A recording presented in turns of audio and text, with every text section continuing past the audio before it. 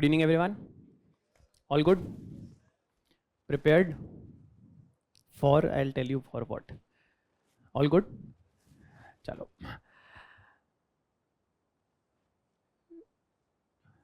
Today you have a very special person here.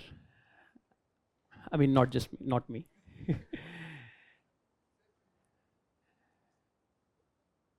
We have rank 102 with us, Shivang. He'll be coming here and sharing his experience with you. Let me just tell you briefly about him. And then you would get to know about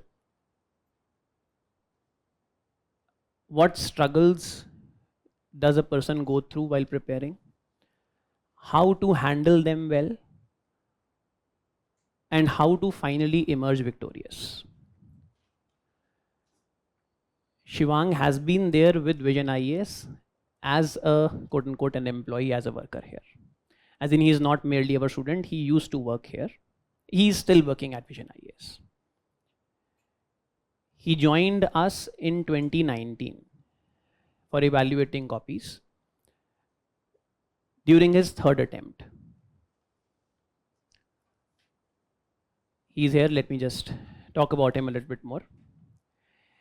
He did his graduation from IIT ISM. This was his last attempt and he finally secured a good rank, 102.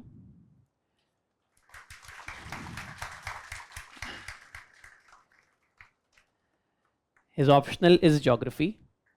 My optional was also geography. And trust me, from my personal experience, getting good marks in this optional is extremely difficult, and he secured the 4th highest marks this time. He has around 300 marks, which is 4th highest this time. His marks in GS also really good. His performance in prelims also really good. I think you have a person from whom you can learn humility, struggle, how to manage your time well over this long period, which is an essential component of your preparation. You all are new, you are attempting your exam, not yet attempted, you'll be attempting for the first time. पहले attempt में हमारे पास जोश पूरा होता है, लेकिन discipline कम होता है. I'm sure you are all working really hard. I would like to believe कि आप अपना time waste नहीं करते हो, hard work करते हो, पूरे जोश के साथ मेहनत करते हो. लेकिन वो पहले attempt, दूसरे attempt, तीसरे attempt में जोश ठंडा हो जाता है. और अगर discipline आपका पहले attempt में नहीं है, तो फिर वो डिसिप्लिन कभी नहीं आ पाता है. In first 1 or 2 attempts, if you get through, it is more because you spent lot of energy in a very short time. But if you have to sustain that fire for a long duration, you must be a disciplined person. You have, trust me, you have a very good example of discipline standing in front of you. He'll be telling about how do you manage some key anxieties that you face during a preparation phase. 6th attempt, final attempt, he has been in this phase for a very long time. Nobody right now assesses कि भाई वो लोग यहाँ पे 3-4 साल से ज़्यादा देंगे. लेकिन फिर भी अगर आपको तीसरा साल भी देना है तो आपको किन चीज़ों का ध्यान रखना है, कैसे अपने आप को मैनेज करना है, किस तरीके से पढ़ाई भी करनी है, किस तरीके से अपने आप को सधा हुआ भी रखना है. He'll talk about importance of your optionals, your tests, current affairs, most importantly because he has been part of current affairs team, writing good answers, which is the key to success. He has been evaluating answers here for last 5 years. He knows, he has seen the inside out of, I think, all the toppers of last 4-5 years. जितने भी toppers, I'm sure you know, test series में सब लोग हमारे यहाँ test attempt करते हैं, all ranks. So he has seen all those copies. He knows what it takes to write an excellent answer. So trust me, you are going to enjoy this session, a very fruitful session, as an insightful session from kind of an insider. जो person answer check करता है, लिखता है, जो person current affairs बनाता है कि क्या importance है, किस तरीके से study करना है, किस तरीके से retain करना है, ठीक है? So please do pay very close attention to what he says. Please welcome him, Shivang. So good afternoon, everyone. And first of all, thank you so much, sir, for your kind words. And it's very overwhelming and a very happy moment for me, because as sir mentioned, I'm not just a student here. My association with Vision IS also has been as an employee. So again, you know, where you work, the workplace respects you, honors you, and loves you. So it's a great feeling. Thank you so much, sir, and Vision IS. So, sir briefly introduced me. Again, I'll again introduce myself. My name is Shivang Shrivastava, and I secured this year 102 rank. This was my 6th attempt, 4th means, and 2nd interview. And I belong to Gorakhpur, UP. I did all my schooling from Gorakhpur itself, and thereafter I did BTech in chemical engineering from Indian School of Mines, Dhanbad, in 2016. So in final year, you know, I got this idea कि ये जो career है. Are you all comfortable with Hindi as well? If at all you want me to repeat something in English, please do ask. ठीक है? So in final year, I got this idea कि यार prepare करते हैं, ठीक है? And then I started to prepare. I came to Delhi, and I'll briefly highlight my journey. The first 3 attempts which I gave were not really very good attempts for me, है ना? पहले attempt में मेरा prelims clear नहीं हुआ. The second attempt which I gave, I was not able to clear my mains. The third attempt I gave, again prelims clear नहीं हुआ. So during this while I felt कि there is something, you know, missing in preparation, and at the same time एक insecurity भी अंदर आने लगी कि आगे क्या करेंगे. तो एक होता है ना plan B होना चाहिए, उसकी importance उस समय बहुत ज़्यादा आने लगी. So then I decided to join Vision IS because this was something, you know, copy evaluating. It was something which helped me to have certain degree of financial and mental security, and at the same time it helped me to keep close to preparation as well. So I joined it, and the impact of it was such that the very next attempt which I gave, 4th attempt, I cleared prelims, I cleared mains, and I gave interview. Final list में नाम नहीं आया, and it was by a very short margin जिस वजह से नाम नहीं आया था. So just what I'm trying to say is that one change of decision, है ना, evaluating answers, it, you know, made me understand कि what is it that appeals in an answer copy, और उसका impact ये हुआ कि it pushed me up to interview. The 5th attempt which I gave, it was in 2022, CSM 2022. So there I cleared prelims, I gave mains, but this time मैंने बहुत double effort किया था mains के लिए, but unfortunately मेरा mains clear ही नहीं हुआ. तो it was a very shocking attempt for me because I was expecting कि mains तो clear हो ही जाएगा, and this was such an attempt जहाँ पे मैंने mains result आने के पहले interview की preparation start कर दी. That confident I was, है ना, but mains clear नहीं हुआ. So it was a very shocking thing for me. And then that shock made me learn a lot of things after my 5th attempt. We'll talk about those things as well. And then 6th attempt came, I cleared prelims, mains, all the stars aligned, and I got good marks in interview as well, and here I am. So this is my brief journey. और इसके अलावा अभी हम structure ऐसा रखेंगे topper talk का कि I'll first of all talk about my preparation strategy in slight detail, and thereafter we'll take questions from you. Is it okay? So before starting, you know, the topper talk, I'll say कि, you know, any topper talk or any topper video is not final, है ना? It is not an authority. ठीक है? The same destination, it can be arrived at various ways, various paths. This is only one path which worked for me. हो सकता है आज मैं कई सारी चीज़ें ऐसे बोलूँ which you have to apply only by thinking, you know, you have to allow that, you know, advice to flow through the filter of your mind. क्योंकि एग्ज़ाम प्रोसेस आपको समझना होगा बहुत डायनामिक है, ठीक है?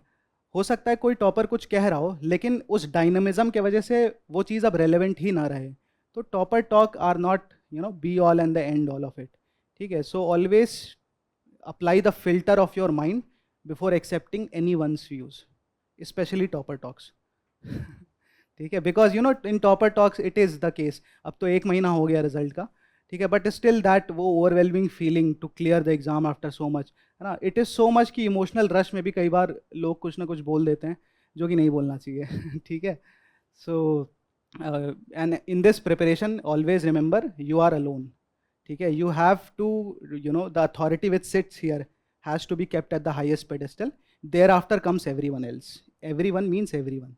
whether it is your institution, mentor, ठीक है, they are only support structures which exist. Ultimately, it's your part to decision making that will make you through, this exam.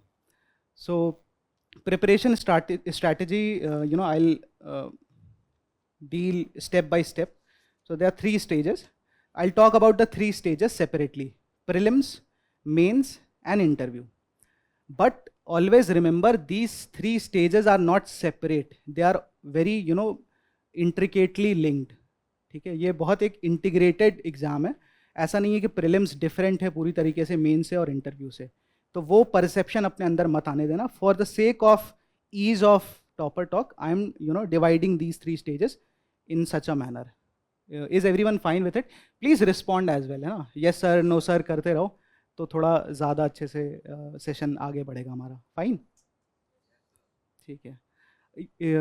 Does this batch also have RB3 batch? I have mentored a few students as well here, isn't it? कौन कौन है? हर्ष,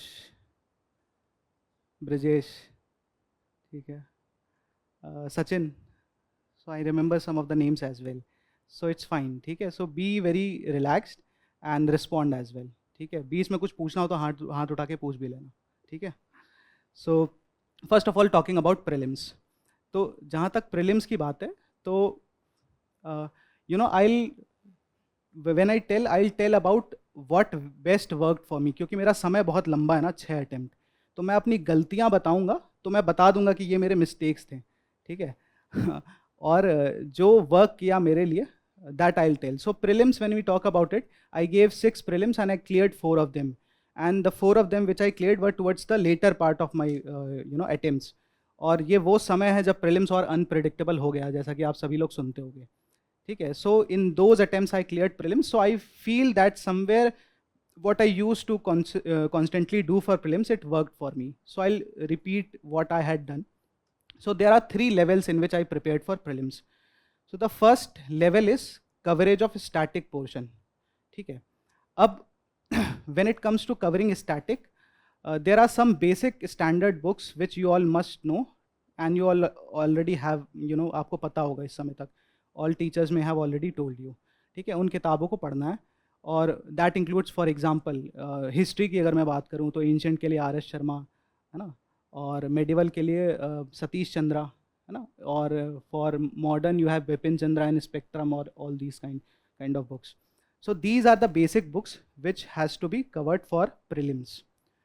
ये आपके static portion को cover करेंगे because there has to be some form of a knowledge base before entering into this examination. Similarly, these books for let's say geography, मैंने तो geography के लिए NCERTs जो हैं 11th-12th की वो रेफ़र किया था. For always, for each of these prelims, I used to study these books every year, ठीक है, before prelims. Similarly, if we talk about society, तो society का मेरा जो class notes थे, ठीक है, they were sufficient. तो वहाँ पे मैंने कुछ external added कुछ नहीं किया. And same thing goes with economics as well. Economics में in prelims, I think sometimes the basic concepts also become very important because they directly ask those kind of things. So the first level of coverage of things would be the static, ठीक है. Once you cover static, then the second element or the second level of coverage becomes your current affairs, ठीक है. So for current affairs, the source which I used to refer and you all must also refer is newspaper. उसकी regular reading करनी है. कैसे read करना है वो मैं आगे बताऊंगा, एक डेडिकेटेड तरीके से करंट अफेयर्स पे डिस्कस करेंगे. But for prelims specific, what I also use to cover was PT 365. And PT 365 के ना, मतलब मुझे ऐसा जहाँ पे भी ज़रूरी लगता था. For example, I felt always कि इकोनॉमिक्स में ना, if you put a lot of intensity for prelims, उससे क्वेश्चंस बहुत कवर हो जाते हैं और इकोनॉमिक्स थोड़ी हार्ड भी होती है. तो वहाँ उसके मैं PT के भी नोट्स बना लेता था for constant revision. And similarly goes for all other PTs as well, polity, society. And the third level of coverage after current affairs, the third level of coverage was practice. And this for me, I would say, is the most important element of your prelims preparation, practice, ठीक है. तो practice किस चीज़ का? 2 चीज़ों का, previous year questions and mock test, whatever mock test you are attempting. And when you attempt mock test ना, it is a big commitment towards practice. Always remember that. ठीक है, तो आपको मॉक टेस्ट जब आप अटेम्प्ट करोगे तो 2 घंटे का वो मॉक हुआ, ठीक है। उसके बाद यू हैव टू इवैल्यूएट कि आपके कौन से आंसर सही हुए, कौन से आंसर्स गलत हुए, and after evaluation you have to again refer to the whatever model answer has been given, and you have to go step by step. What I used to do कि मैं सबसे पहले उन questions को देखता था जो मेरे गलत हुए हैं, ठीक है। so there are 100 questions, some questions I made mistakes in. First of all I used to refer each of those questions, और उन questions में जो भी information ऐसा मुझे लगता था कि the lack of this information was the reason why I did a mistake, that I used to write down very briefly in a A4 size paper. So first of all I would cover each of the questions which I made wrong. Second I would cover all those questions जो मैंने attempt ही नहीं किया, ठीक है, because I was not having the relevant information, or let's say I did not have complete information or the confidence with respect to it, उनको किया. And the third would be वो questions जो आपके सही हुए हैं, still you have a scope for more knowledge, ठीक है, more information exactly, ठीक है, तो उनको मैं उसी A4 साइज शीट पे लिख लेता था. सो फॉर ईच टेस्ट 1 से 1.5 पन्ने का एक छोटा सा नोट बन जाता था बहुत ब्रीफ तरीके से.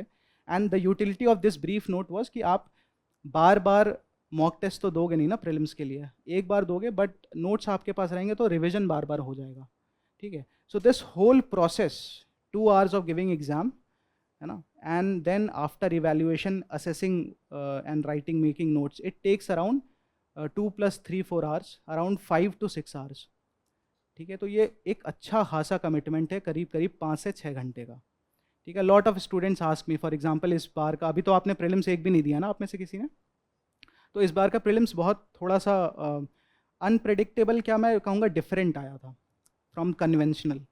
तो सम स्टूडेंट्स ऑफन से कि सर मैंने तो मतलब उस समय ना एंजाइटी में सारे क्वेश्चंस अटैम्प्ट कर दिए, ब्लाइंड ESS भी लगा दिए.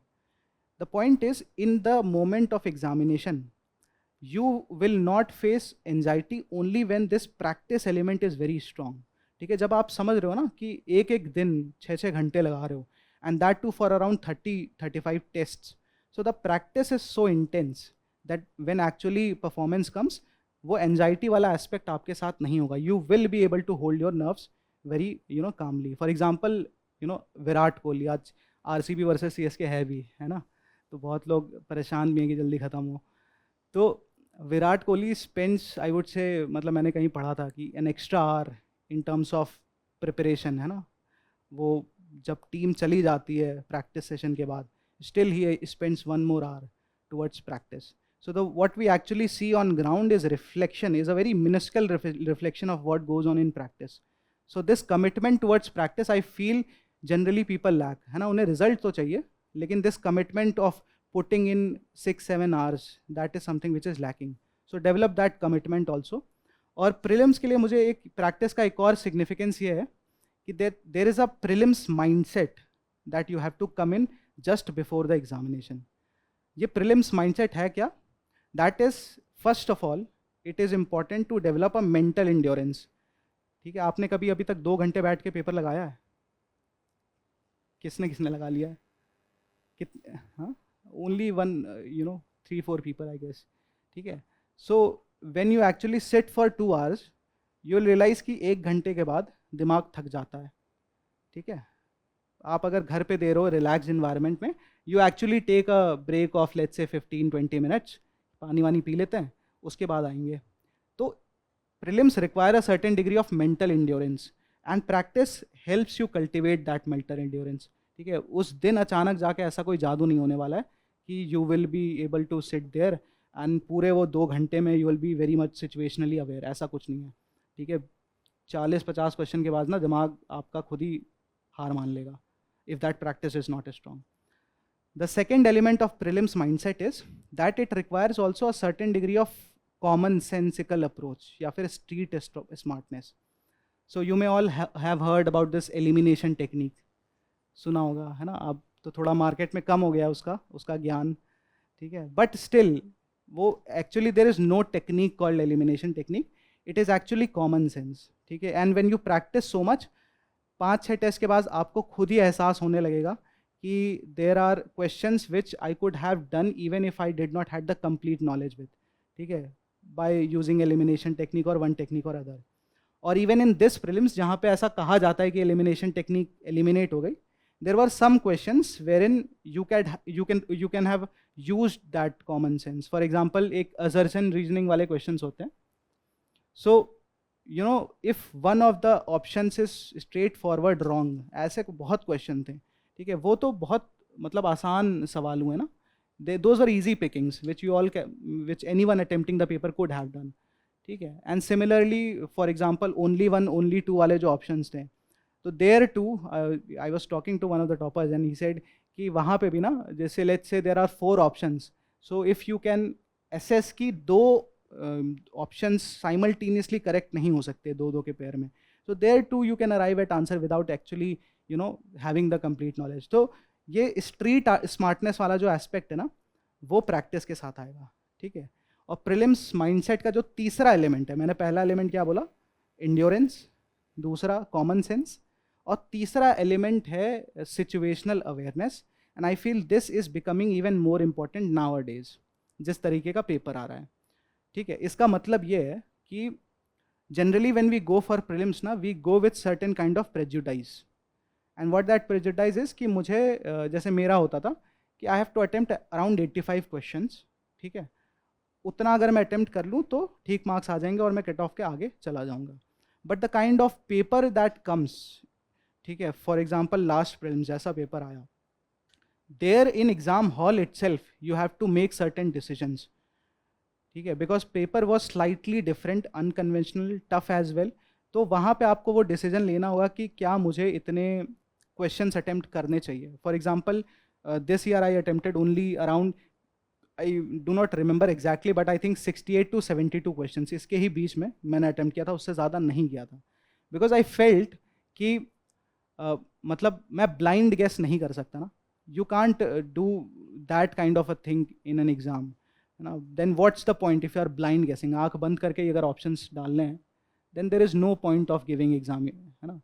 सो वो एक कहते हैं ना, खुद से आप झूठ नहीं बोल सकते.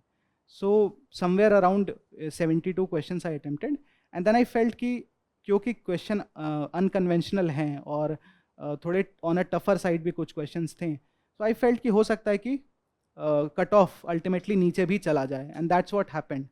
बट उस मोमेंट में अगर मैं थोड़ा सा कहते हैं ना कि इम्पल्सिव हो जाता, इमोशंस को कंट्रोल नहीं कर पाता, तो शायद मैं कुछ ब्लाइंड गेसेस भी कर लेता और 2-3 क्वेश्चंस का ही खेल होता इधर उधर, है ना. या आप कट ऑफ के आर हो गए या पार हो गए, है ना, वैसी चीज़ होती है. So it's important to manage your emotions as well. आज पेपर अभी बहुत आसान बहुत कठिन आया था, हो सकता है अगले अटेम्प्ट में एकदम एग्जैक्ट स्टार्कली सब कुछ बदल जाए, ठीक है. You go with this mindset कि मैं 80 क्वेश्चंस अटेम्प्ट करूँगा, पेपर्स क्योंकि अनप्रेडिक्टेबल आ रहे हैं, एंड देन लेट्स से अगले साल जो पेपर आया वो बहुत करंट अफेयर्स ओरिएंटेड आ गया, ईजी आ गया, and then cut off shot up to 115. इतना जा सकता है ना कट ऑफ, है ना, because you know in 2016 around 115 जाते थे कट ऑफ. तो हो सकता है कि अगली बार ऐसा हो जाए. So what I am trying to say is that going with a prejudice, ये एक ह्यूमन नेचर है. आप सब, मैं भी करता हूँ कि ना इस 80-85 क्वेश्चंस इतना करेंगे, but sometimes during the exam itself you have to assess things and take decisions, and there no one else is going to be around you except for your authority over, you know, at your top floor. ठीक है. So always trust in that.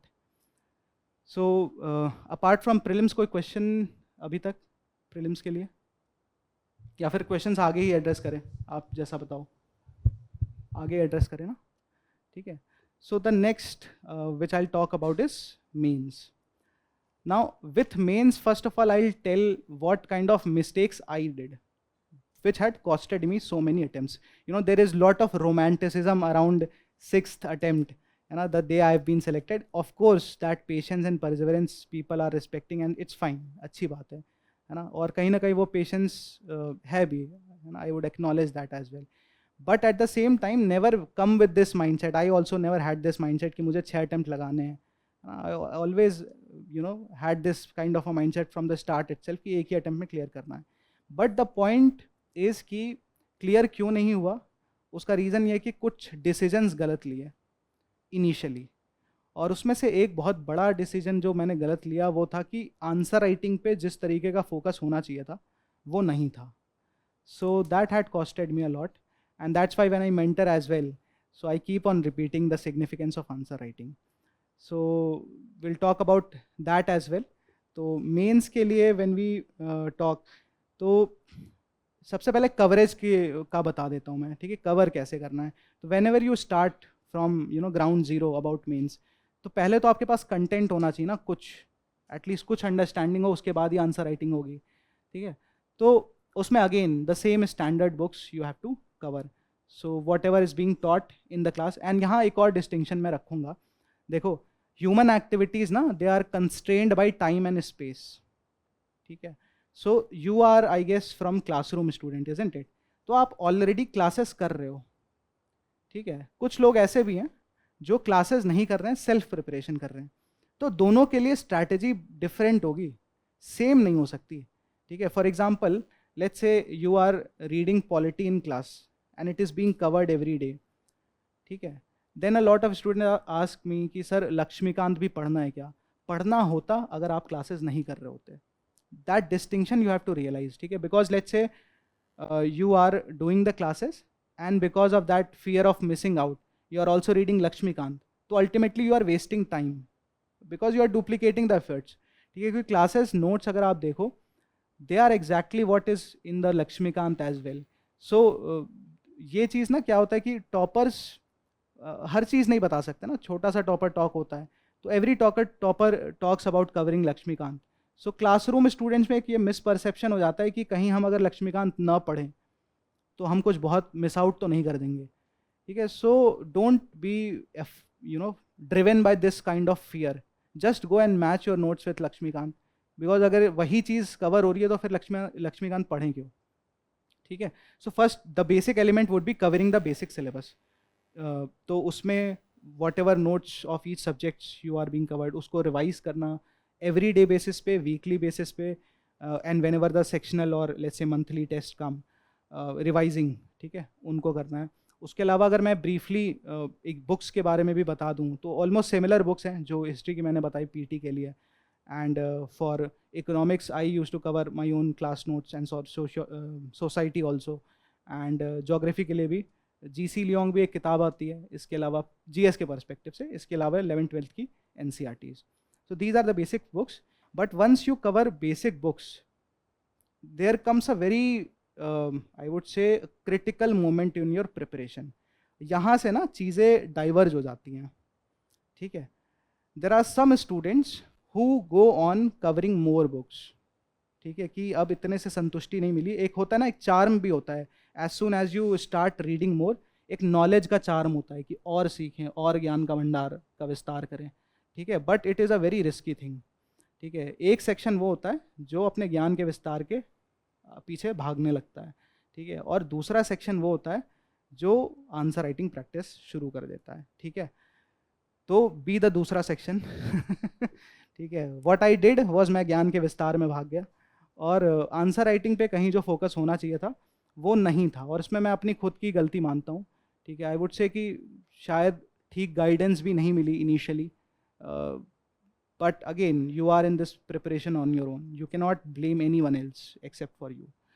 तो answer writing में ये है कि always ना, syllabus आप सबने पढ़ा है ना, तो it is important to shift from subjects to topics, ठीक है.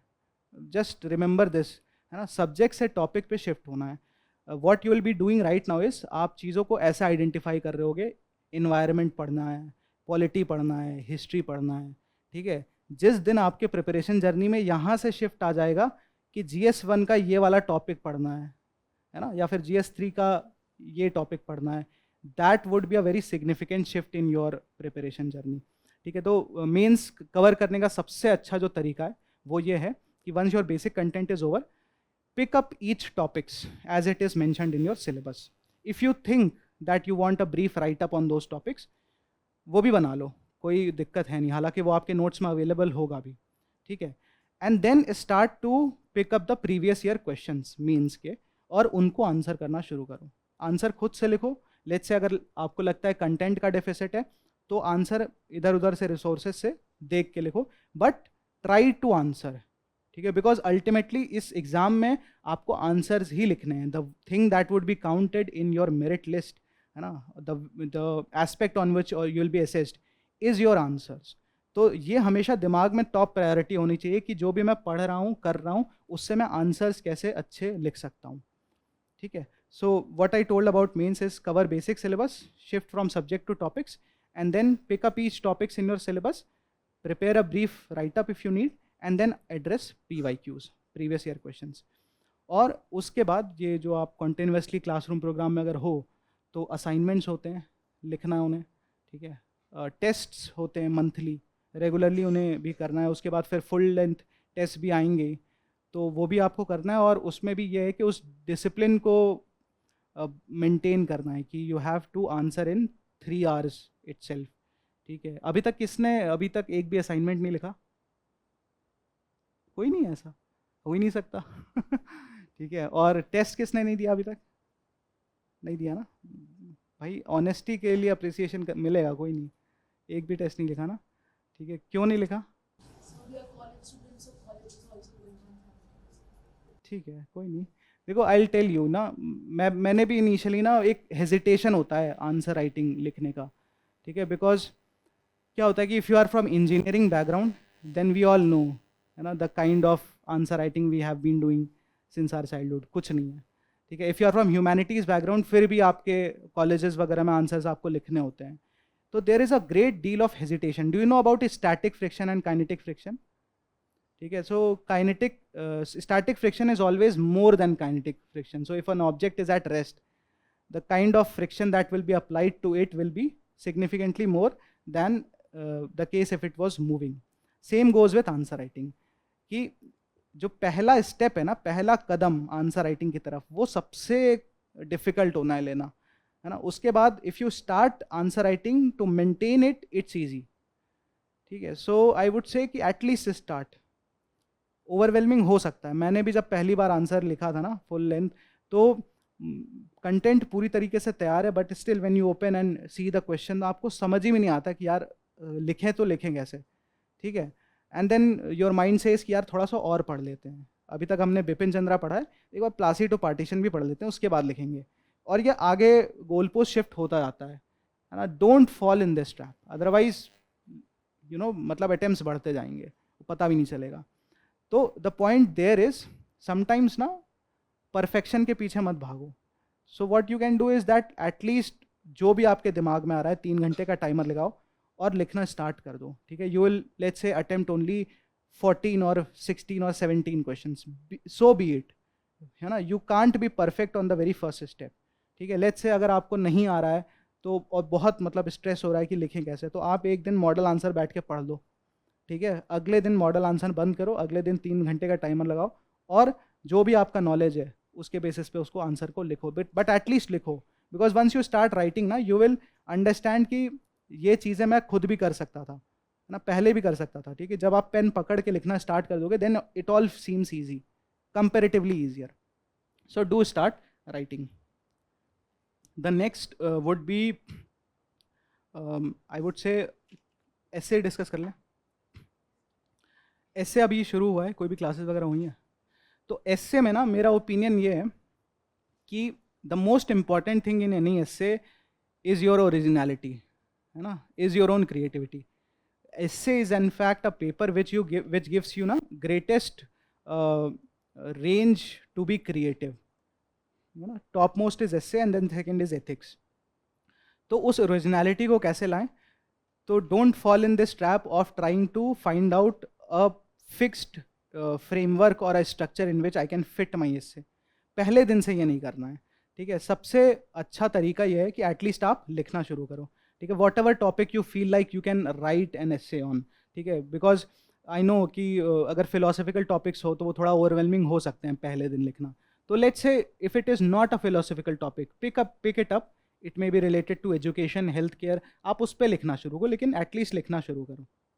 और जिस तरीके से आपको शुरू करना है वैसे शुरू करो, जो आर्ग्यूमेंट्स आपको पुट करने हैं वैसे रखो, be completely free about it, है ना. 10-12 पन्ने लिखो, ठीक है. नो मैटर कि आप उसमें टॉपर के जितना अच्छा लिख रहे हो नहीं लिख रहे हो, ठीक है, because once you start doing it and you continuously do for let's say 1 month, you will find your own originality, और आप खुद अपने परफॉर्मेंसेस को भी ना इम्प्रूव कर सकते हो.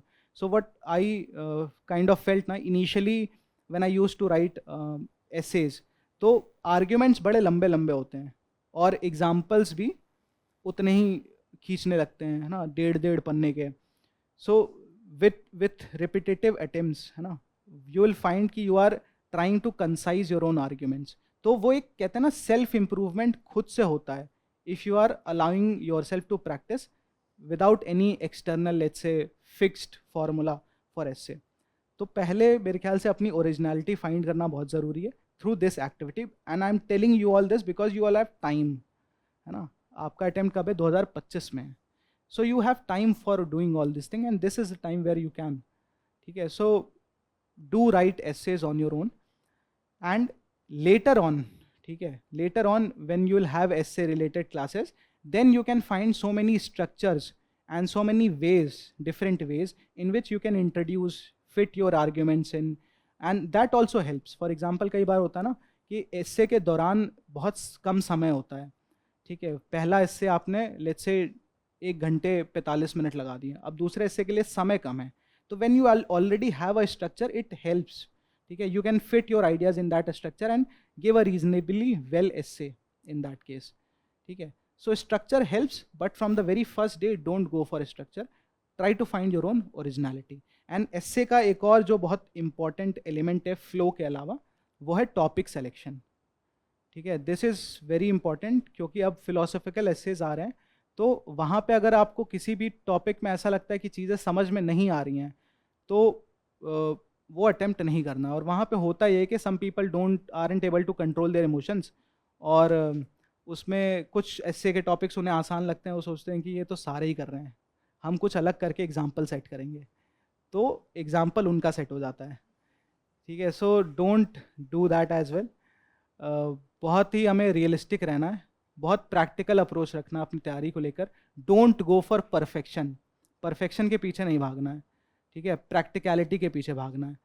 और हमारे पास समय बहुत कम है and we all have to clear the exam in the very first attempt.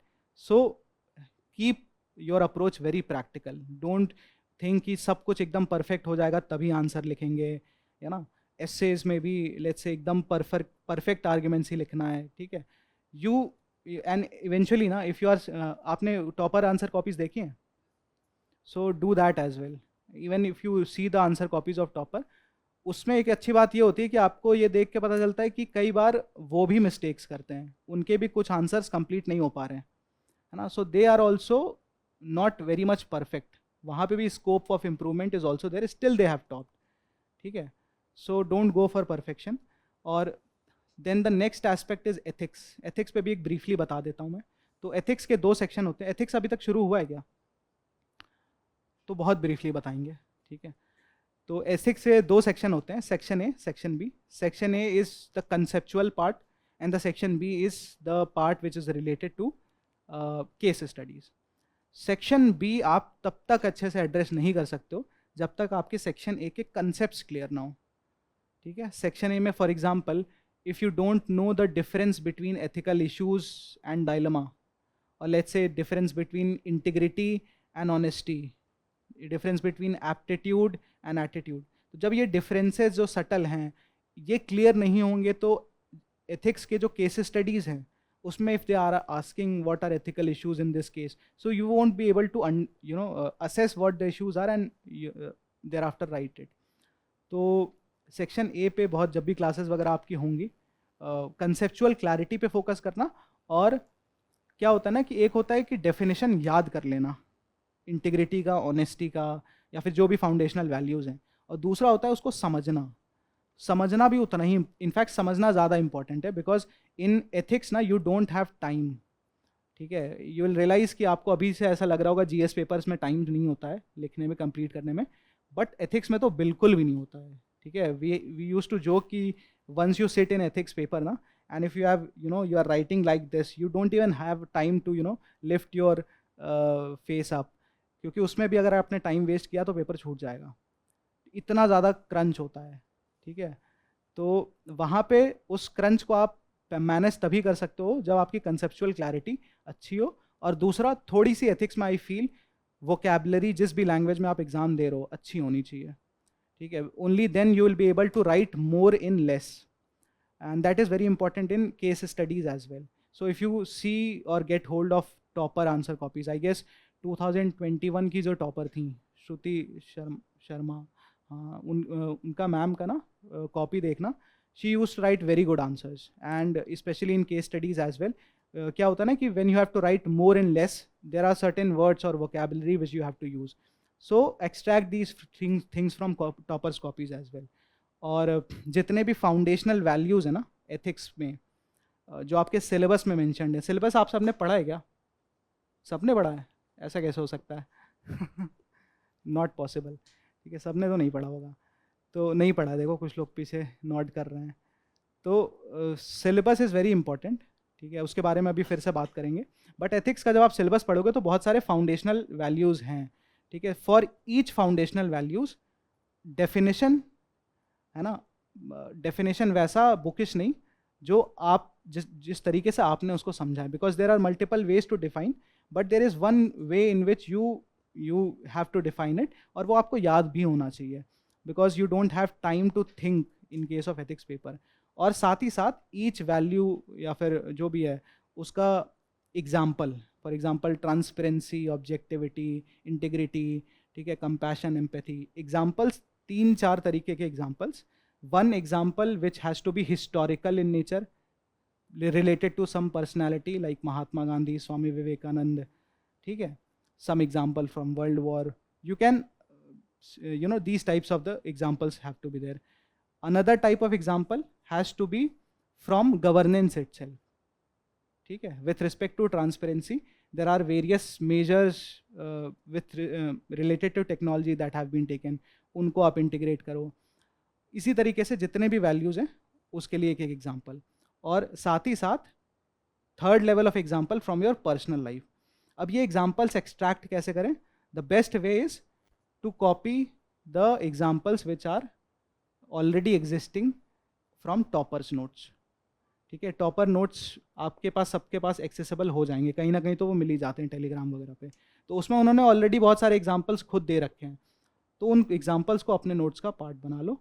और द थिंग इज़ कि when you read newspapers as well, तो अगर आपको सिलेबस पे थोड़ी क्लैरिटी होगी, then you will be able to understand कि newspaper में कौन से ऐसे एग्जांपल जो हैं जो एथिक्स में इंटीग्रेट हो सकते हैं. तो ये एथिक्स का एक एस्पेक्ट हो गया. इसके बाद क्या डिस्कस करें? क्वेश्चंस लें?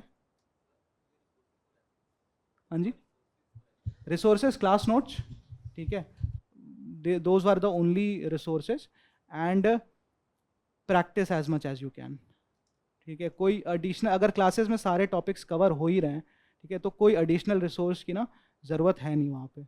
और रिसोर्स से ज़्यादा आई वुड से दिस व्हाट आई टोल्ड ना, कि जो वैल्यूज़ हैं उनके एग्जांपल्स लेना, एक्सट्रैक्ट करना, वो सब ज़्यादा इंपॉर्टेंट हो जाते हैं, ठीक है. And then the practicing of answers as well as case studies, ठीक है. उसके अलावा कोई रिसोर्स रेफर करने की ज़रूरत नहीं है, ठीक है.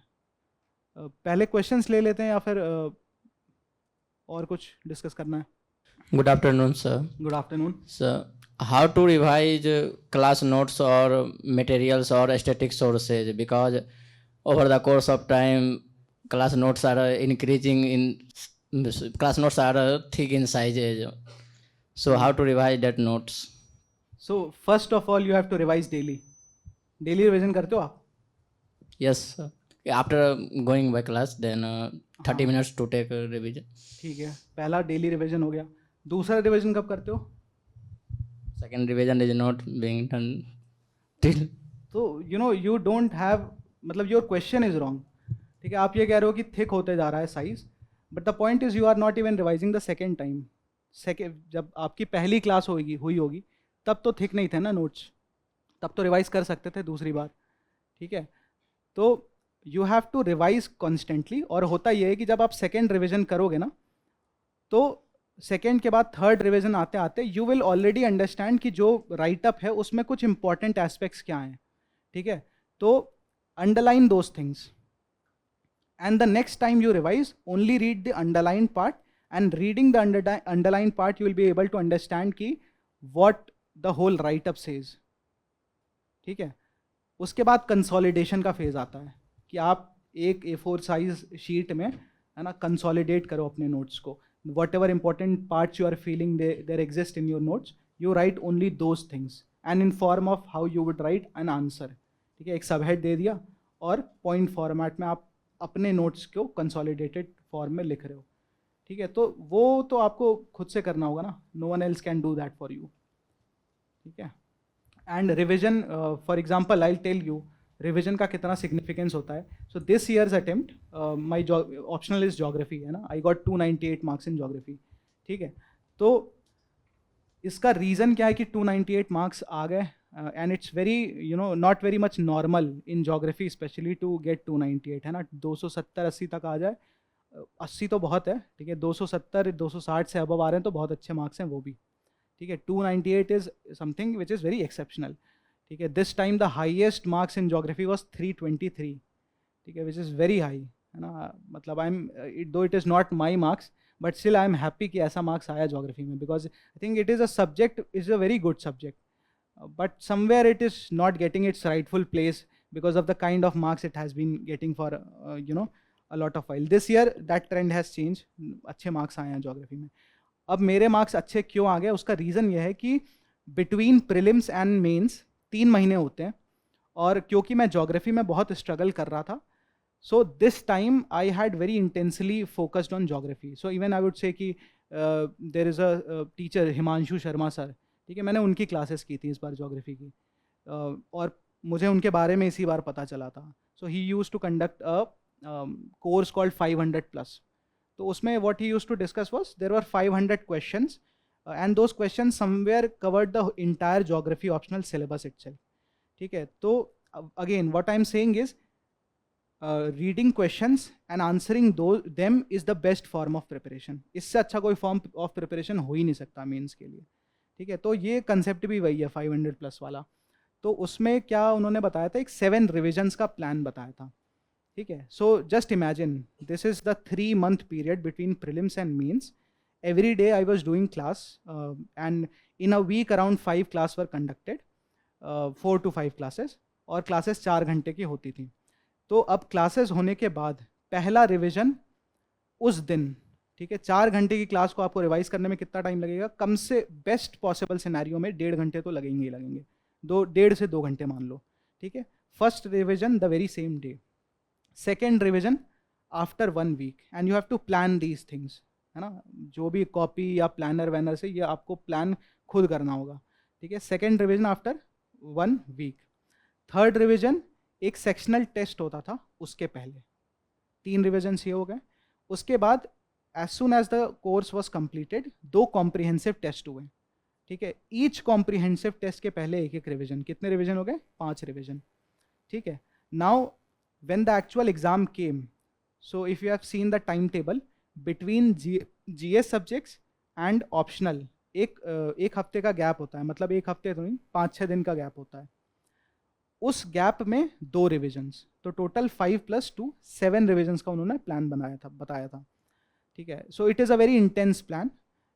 आई tried to complete it, but I was able to do only around 5 to 6 revision. But it in itself is a very great thing. ठीक है, कि आप 5 से 7 बार अगर इंटायर सिलेबस को रिवाइज कर पा रहे हो अपने ऑप्शनल एग्जाम के पहले, बहुत बड़ी बात होती है. ठीक है, तो when I sat in the exam, और इसी के साथ साथ साइड बाय साइड आंसर्स भी मैं लिख रहा था. मैंने ऑलमोस्ट सारे जितने भी उस टेस्ट सीरीज के टेस्ट थे सारे ही अटेम्प्ट किए थे. ठीक है, so when you sit in the actual exam, optional exams, the only thing, मतलब ये रिविजन का है ना कि revision should be so strong that the content should be part of your blood and bones. I always use to say this. ठीक है, तो हुआ ये कि when actual paper came, I only had to read the question. ठीक है, the structure and the content it very organically flowed for me, क्योंकि revision इतना स्ट्रॉन्ग था. बहुत अच्छे से चीज़ें उस समय के अभी याद नहीं होंगी, ठीक है, क्योंकि बहुत समय बीत गया, लेकिन उस समय उस दौरान है ना, मेंस के दौरान वो बहुत ज़्यादा अच्छे तरीके से याद थी चीज़ें. ठीक है, तो उस ऑर्गेनिक तरीके से क्योंकि मैंने शायद अटेम्प्ट किया पेपर, इस वजह से इतने अच्छे मार्क्स आ गए। ठीक है, तो रिविजन का यही सिग्निफिकेंस है।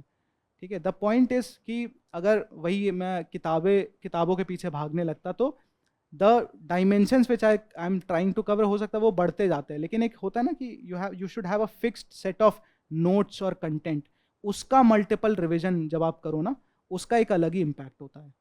So always understand the importance of revision. ठीक है, सो Good evening, sir. Good evening. Sir, our GS classes are still going on. So, should I try to write answers from now onwards, or should I stick on assignment questions only? So assignment questions is writing answer, isn't it? No, sir, but you were saying that we should try to write questions in 3 assignment hours. में आपको एक question मिलता है ना, Yes, sir. उसी को answer करना होता है। Yes, sir. It is answer writing, isn't it? Yes, और sir. फिर मंथली टेस्ट होते हैं। Yes, so sir. Do you attempt monthly test? Yes, sir. कितने टेस्ट अटेम्प्ट किया आपने? Only one. ठीक है, तो exactly everything is around you. ठीक है, ये क्वेश्चन जो है ना कि मतलब ये हम पता नहीं कुछ मेंटल सेटिस्फैक्शन के लिए पूछते हैं कि एग्जाम टॉपर बोल दे कि नहीं आपको नहीं करने की ज़रूरत है। ठीक है, तो there is no alternative to discipline, consistency, regularity, है ना। द मोटिवेशन एक मार्केट है, ठीक है, जो अपने आप चल रहा है कहीं ना कहीं यूट्यूब पे और हर जगह, बट मोटिवेशन मार्केट से या उन चीज़ों से सिलेक्शन नहीं होता है। सिलेक्शन वो actually when you sit down do the relevant hard work, उससे होता है, और दैट इज़ बोरिंग, है ना। वो मेहनत बोरिंग है, उसके लिए आप मतलब on the face of it is boring, है ना। और मोटिवेशन आपको बहुत अच्छा लगता है देखने में, सुनने में, लेकिन उससे सिलेक्शन नहीं होता है। ठीक है, तो आपको वो बैठना पड़ेगा, टेस्ट देना पड़ेगा। अभी कितने टेस्ट हो गए मंथली और वीकली कितने हो गए? PFB में होते थे ना, तो उसमें आपने कितने टेस्ट दिए थे? मैं RB बैच हूँ, सर. अच्छा, PFB बैच में नहीं थे आप? No, sir. ठीक है। तो अगेन जो भी टेस्ट आ रहे हैं उनको दो, that is your answer writing practice. ठीक है, and once you are yourself satisfied कि एक कहते हैं ना basic level of content clarity आपकी आ गई है, वो आपको डिसीजन खुद लेना होगा। उसके बाद ये जो मैं कह रहा था ना PYQs को एक एक करके एड्रेस करना, वो वाला आप कर सकते हो। ठीक है, Hello, sir. Here. अच्छा, हाँ, Many congratulations, Thank first of you. all. And Thank you my so name much. is also Shivank. अच्छा। Yes.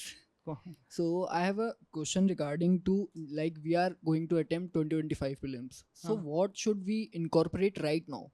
So that things we should develop eventually, like it should help us in answer writing and many improving many other skills also.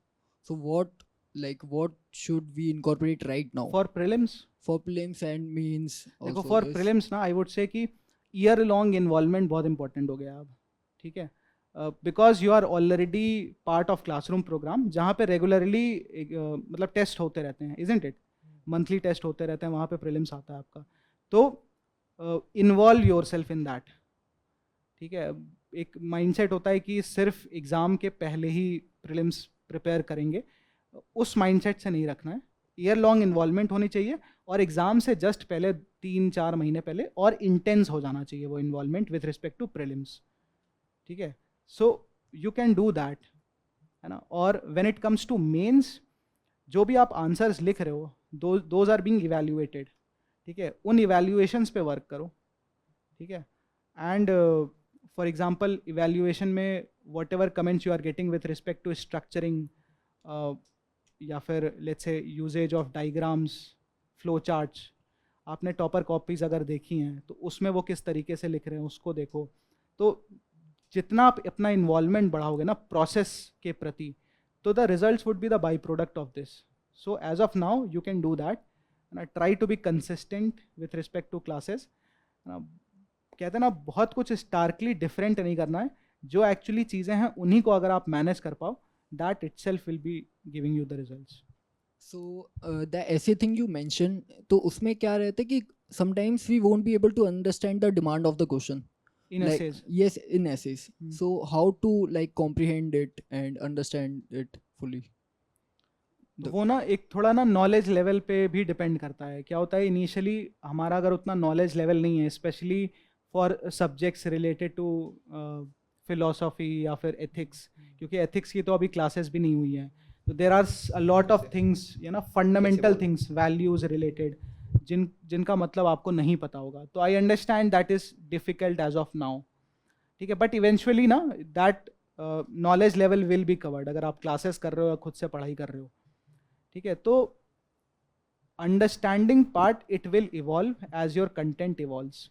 But what I am trying to say is that उसके वजह से आप ये ना करो कि लिखना बहुत स्टेट बाद में करें एसेस को. Still now itself you can write essays ना, क्योंकि अगर आप प्रीवियस ईयर क्वेश्चंस उठाओ एसेस के, तो सिर्फ फिलोसॉफिकल नहीं है, बहुत सारे एसेज ऐसे भी हैं जो इशू बेस्ड हैं. आप उनको तो at least you know for the time being address करना शुरू करो.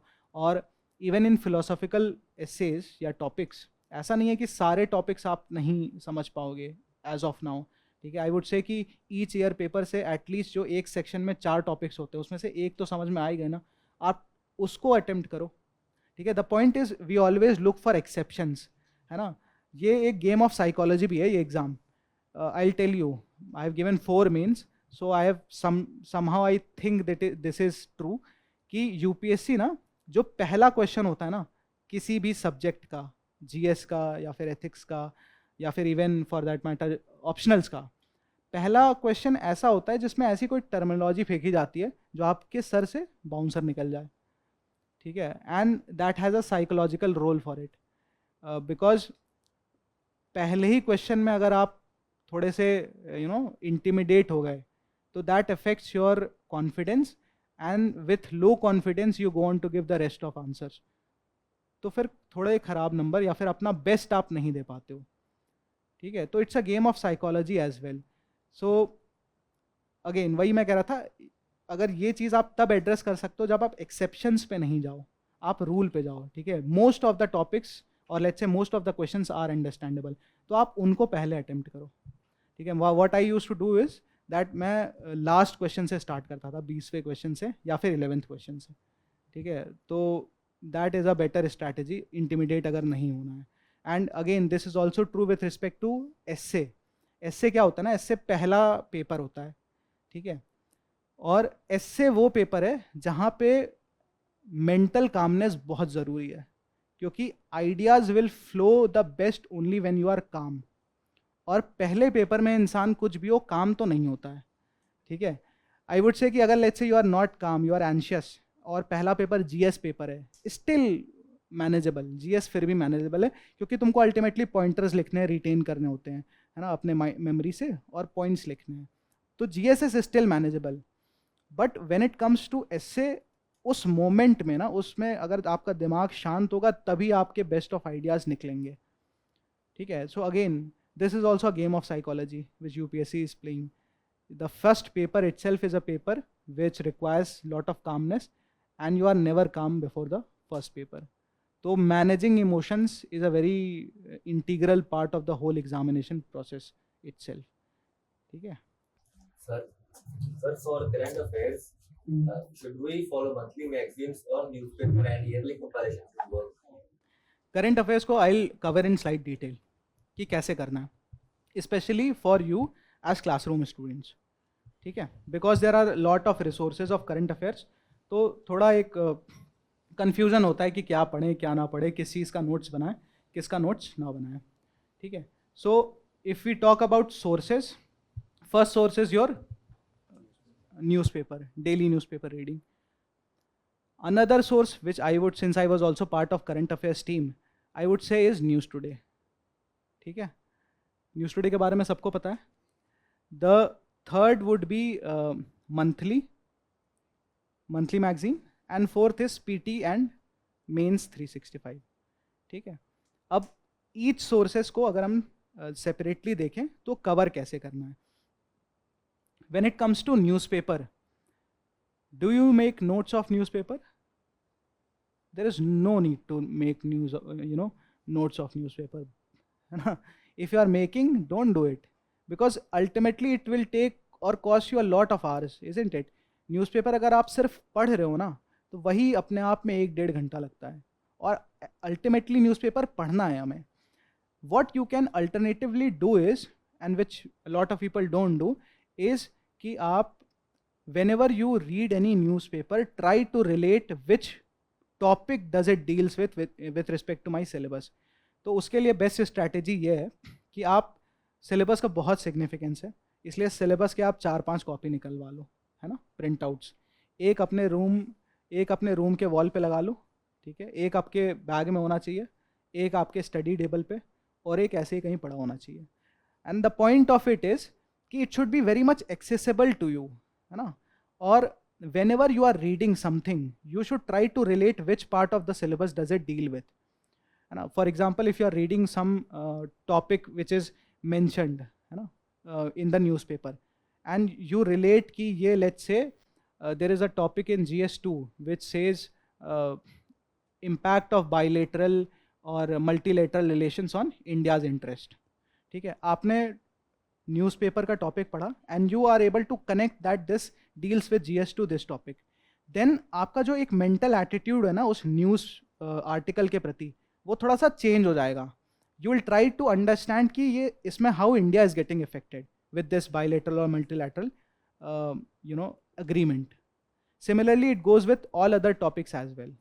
ठीक है, for example, there is topic in GS3, the first topic related to Indian economy, planning, mobilization of resources. So if you are reading some kind of news related to budget, so you will understand the relevance of it in context of this topic. तो each topic को ना आप link करना start करो कि अगर मैं इस न्यूज़पेपर टॉपिक को पढ़ रहा हूँ तो ये मेरे सिलेबस के किस पार्ट को एड्रेस कर रहा है. GS1, 2, 3, 4 को कर रहा है, लेट्स से GS2 को कर रहा है, तो GS2 में किस स्पेसिफिक सब टॉपिक को कर रहा है. इससे होगा ये कि इनिशियली आपको ये लग सकता है इसमें तो बहुत टाइम लगेगा, लेकिन ऐसा है नहीं.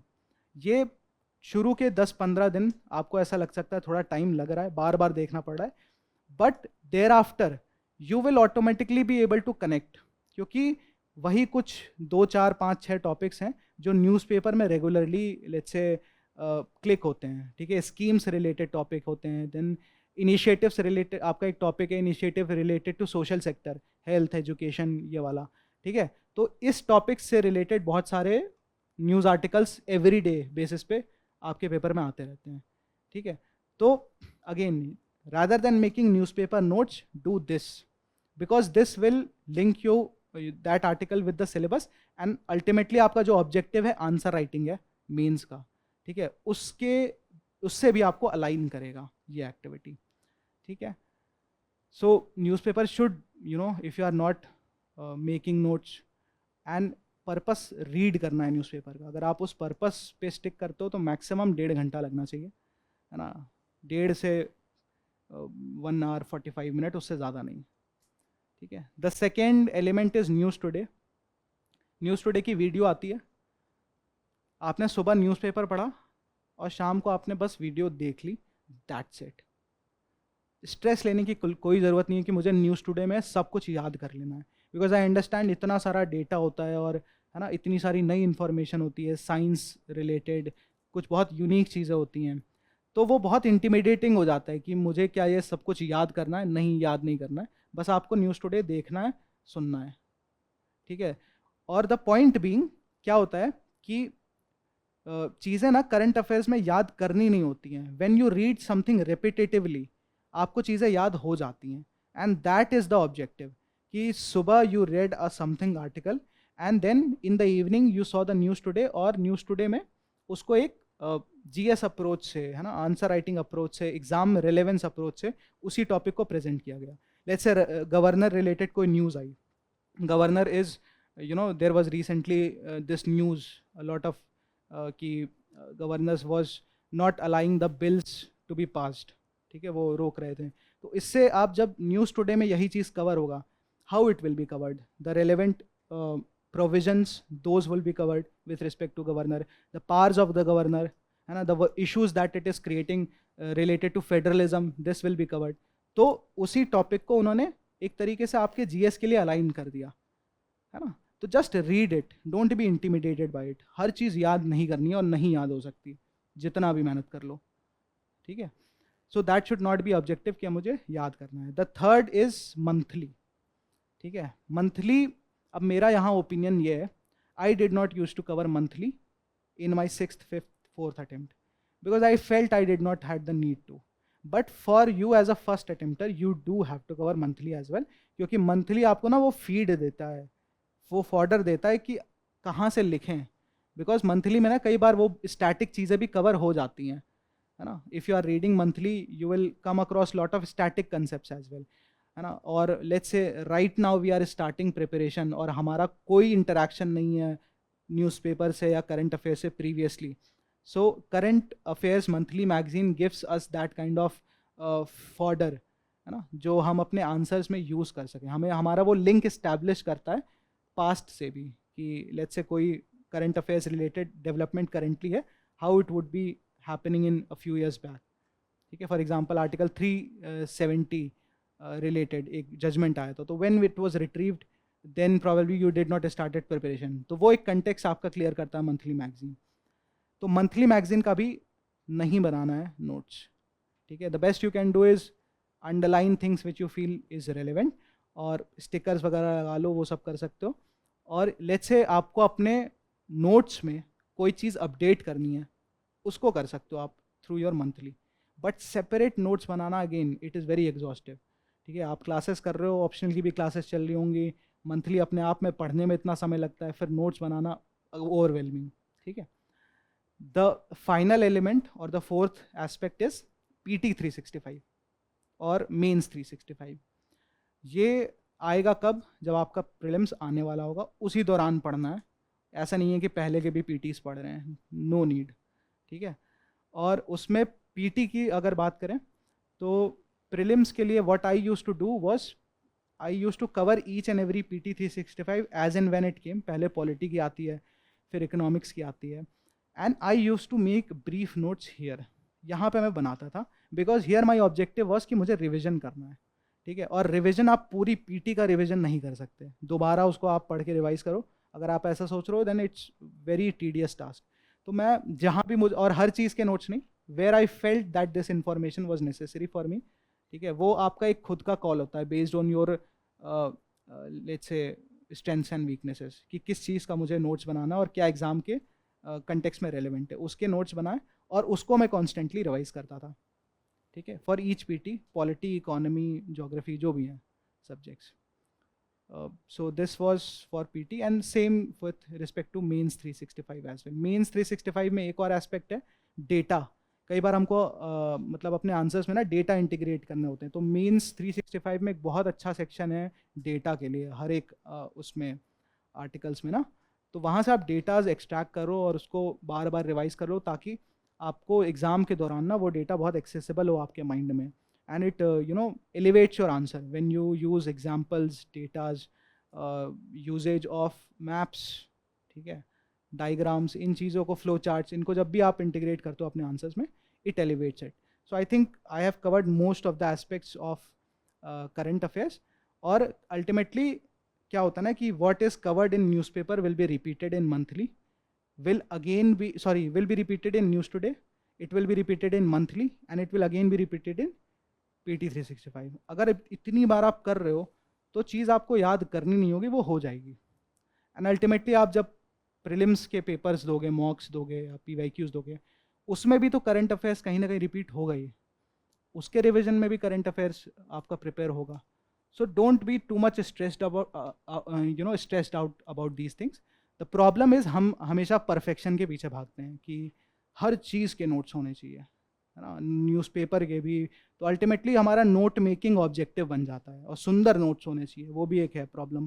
ठीक है, नोट्स ऐसे होने चाहिए जो आपको समझ में आए और आपके रिवीजन प्रोसेस को और इस पूरे प्रोसेस में आपके लिए यूटिलिटी प्रोवाइड करें. एक यूटिलिटेरियन माइंडसेट बहुत ज़रूरी है. ठीक है, so that's how current affairs will be covered. Fine. और कोई? Sir, my question is that what should be the right approach for CSAT? Because as many students get cleared their GS paper, but they get stuck in CSAT. So what should be the approach? So with respect to CSAT, मेरा थोड़ा एक different वो था, क्योंकि I had engineering background, तो मुझे बहुत कुछ ज़रूरी नहीं था CSAT के लिए कुछ करना. तो आई रिमेंबर जब मैंने पहला अटैम्प्ट लिया था 2017 में, सो मैंने 1.5 घंटे आधे घंटे पहले एग्ज़ाम का जो मेरा पेपर है सी सैट का वो हो गया था, and I slept for the rest half an hour, ठीक है. But cut to this attempt, इस अटेम्प्ट में even till the last moment I was struggling कि भाई जल्दी से 45 to 50 क्वेश्चंस हो जाएं so that I be in a comparatively safer zone. So the point is things have changed in case of CSAT for everyone. Doesn't matter what your background was, whether it was humanities or science or engineering background, सबके लिए चीज़ें बदली हैं. और even in this attempt ना there was in case of maths मेरे दो topics ऐसे थे which I felt I was not very strong at. One was probability, another was PNC, permutation and combination. और इस बार पेपर में आया ही वही. तो the kind of advantage I felt I had was neutralized, ठीक है, क्योंकि पूरे पेपर में वही है. तो when I attempted the paper, तो पहले मैं मैथ से ही शुरू करता था हर बार. So this time also I did that, and within 6-7 questions I realise कि बहुत टाइम लग रहा है. हो तो जाएंगे questions, but it is very much time taking. So what I did was that I left all those maths question and I started with reading comprehension. And with respect to this attempt, no one talks about this, but I feel कि इस बार जो RC था, reading comprehension था, वो बहुत आसान था, comparatively बहुत आसान था पिछले अटेम्प्ट से भी, ठीक है. So if you could have simply done RC first, तो एक कॉन्फिडेंस आपका जनरेट हो जाता, और उस कॉन्फिडेंस के बेसिस पे in maths also there were some easy pickings, उनको आप कवर कर सकते थे. सो कहते हैं ना कि जो एग्ज़ाम के दौरान एक सिचुएशनल अवेयरनेस है, वो जितना प्रीलिम्स में GS में रेलेवेंट है, उतना ही CSAT में भी रेलेवेंट है, ठीक है. कि you have to be emotionally, you have to control your emotions then and there itself. Anxiety में कई बार हम ना बहुत गलत डिसीजंस लेने लगते हैं एग्ज़ाम के दौरान. और जो प्रिपरेशन है, सो अगेन मेरे लिए CSAT उतना ट्रबलसम नहीं था, तो मैंने कोई बहुत अलग से चीज़ें प्रिपेयर नहीं की, ठीक है. But if let's say you are from a background, humanities background, जहाँ पे आपको लगता है कि प्रिपरेशन की ज़रूरत है, do that. You can never you can not ignore it, because again you are very true कि इस बार कई लोग हैं जिनके GS में they were clearing by a great margin, but because of CSAT they were not able to, and it's very sad, isn't it. तो उस जोन में हमें नहीं जाना है. So whatever you can do with respect to classes, again I don't have very much to tell in that regard, because for me it was not a problem. And this is also learning कि हर एक aspirant ना, when he enters into this preparation, they already have some kind of strengths and weaknesses. So for someone who is from humanities background, I would say उनके पास एक बहुत अच्छा strength है, that is their answer writing skill, है ना. वो कहीं ना कहीं उनके कॉलेज में वो कवर किया जाता है, एंड फॉर इंजीनियर्स ऐसा कुछ नहीं होता है, ठीक है. So that is your strength, realise that as well. It's sometimes I think that people always complain about CSAT, है ना. But again engineers likewise should have complain about answer writing as well, क्योंकि वो उनका weak point है. But I don't see them complaining. तो again this is not any kind of moral virtuing, but I would say कि you have to fill the gaps which you feel it exist, ठीक है. तो वहाँ पे आप जो भी लेट्स से प्रैक्टिस के एस्पेक्ट से या क्लासेस के एस्पेक्ट से करना चाहिए, do that, don't ignore it. Then, sir, should we equally focused on each sector of CSAT? Like there is comprehension, aptitude, reasoning, Yes. or we can only just simply No, leave one yes. of. You have to focus equally on all those things. Okay, Because sir. let's say this year's attempt, in my opinion, ठीक है, RC was comparatively easier and quant was comparatively tougher, ठीक है. But in the very next attempt हो सकता है कि maths आसान आ जाए और RC कठिन आ जाए. So again, you can't with CSAT, this what you are saying, this could have been done a few years back, but now it cannot be done because of the kind of paper it is being asked. Her section को address करना है, ठीक है. Thank you, sir. Sir, can I ask my question in Hindi, sir? बिल्कुल बिल्कुल पूछिए, कोई हाँ, दिक्कत नहीं. सर मुझे ये पूछना था, मैंने 2024 के लिए ही फॉर्म भरा था इसी साल देने के लिए, तो उसके करंट अफेयर्स मैंने पिछले 12 मंथ से प्रिपेयर किए थे, द हिंदू से, फिर मंथली मैगजीन से, इधर उधर से पॉइंट कलेक्ट करके जो मैंने नोट्स बनाए थे वो काफ़ी हो गए, और मंथली मैगजीन। फिर मैंने अभी डिसाइड किया कि मैं 2025 में एग्ज़ाम दूंगी 2 मंथ्स पहले। तो वो जो करंट अफेयर्स है पिछले 12 मंथ्स के, वो मैं क्या करूँ, क्योंकि अभी तो मुझे फिर से तैयार करनी है करंट अफेयर्स नेक्स्ट ईयर के लिए। तो मैं पिछले 12 मंथ्स का करंट अफेयर रखूँ या फिर उसे हटा दूँ और फ्रेश स्टार्ट करूँ? रख लो, क्या दिक्कत है उसको रखने में? इट मतलब वाज सर, ओनली रखना है ऑक्यूपाई तो फिर स्पेस पढ़ना ना। भी तो है सर, इसीलिए अगर सामने रहेगी तो ऑब्वियसली स्ट्रेस रहेगा कि पढ़ना है इसे। तो आप क्या करना चाहते हो उसका? तो वही मैं पूछ रही हूँ कि सर कि मुझे इस ईयर के 2024 के मई से करंट अफेयर्स पढ़ना चाहिए, या फिर मैंने जो नोट्स बनाए 2023 मई से वो भी ऐड करके पढ़ना चाहिए? तो देखो, करंट अफेयर्स में वही मैं कह रहा हूँ ना, न्यूज़पेपर के तो नोट्स बनाने भी नहीं होते हैं, आपने वो भी बनाए हैं, चलो कोई दिक्कत नहीं, ठीक है। लेकिन ऐसा नहीं है कि करंट अफेयर्स ईयर वाइज कुछ सेपरेटेड हैं एक दूसरे से, ठीक है। फॉर एग्जांपल, आपने जो कुछ भी अभी तक प्रिपेयर किया है करंट अफेयर्स में, which you have in your mind, in your notes, वही issue somewhere it will again come back after 6-7 months, ठीक है। For example, citizenship amendment act आया था, ठीक है, अभी कुछ महीने पहले उसके रूल्स नोटिफाई हुए थे। So the same current affairs that happened a few years back और 1 year back, it again reflected back this time, ठीक है। So whatever you have prepared, it will not go waste, ठीक है, that is for sure. तो again, if you have already prepared it, no problem, उसको फेंकने की ज़रूरत नहीं है, ठीक है। some, because you know what can happen again, let's say फिर से वो इशू आता है न्यूज़पेपर में, so you already have your notes where you can refer, है ना, जहाँ पे आपने खुद अपनी हैंड राइटिंग में चीज़ों को लिखा है, तो ठीक है, आप उसको रेफर कर सकते हो, देख लिया एक बार को, तो वो फ्रेश रिविजन में हो जाएगा। And whatever you write in your own handwriting, it is more easier to remember, retain, ठीक है।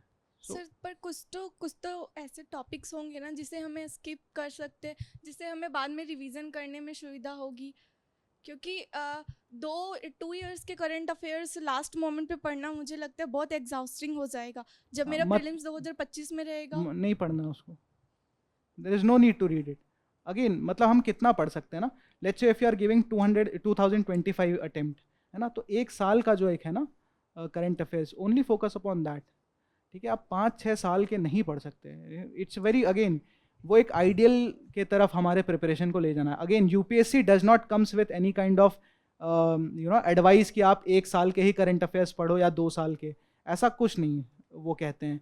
But this threshold we have to apply ना, कि कहाँ हमें रुकना है। ऐसे तो पूरा 5-5 साल के भी आप रिवाइज कर सकते हो, but there is no point of doing that, ठीक है। सो सर मैं पूछ रही हूँ कि मुझे कम करनी है अपने मटेरियल कंटेंट, ताकि लास्ट मोमेंट पे मुझे बहुत ही बिल्कुल कंफर्टेबली एग्जैक्टली, हाँ, 25 अगर अटेम्प्ट दे रहे हो, there is no need of reading these things. Sir मैं इसी साल प्रिपेयर थी, but because of some graduation reasons I couldn't able to. It's okay, it's okay, it's fine, again it's fine, ठीक है। आप जब कॉन्फिडेंट फील करें तभी अटेम्प्ट दें।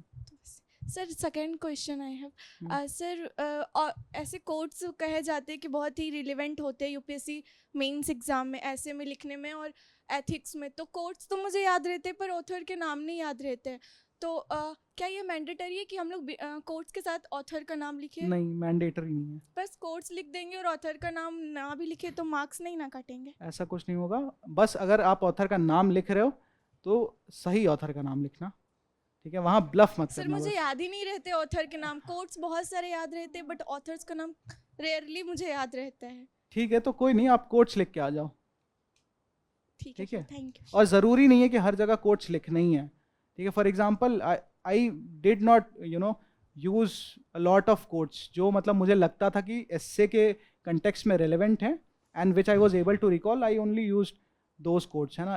पर इससे आई वुड से कि 2 से 3 कोट्स, उससे ज़्यादा कोट्स मैंने यूज़ नहीं किए, ठीक है। सो बहुत ज़्यादा कोट्स भी नहीं यूज़ करना है इससे में, और it should not be artificial as well, कि आप ज़बरदस्ती कोट्स घुसा रहे हो for the sake of it. Sir एक और क्वेश्चन है हाँ मेरा। जी, पूछिए। सर मैंने मीडियम इंग्लिश रख लिया है, हाँ।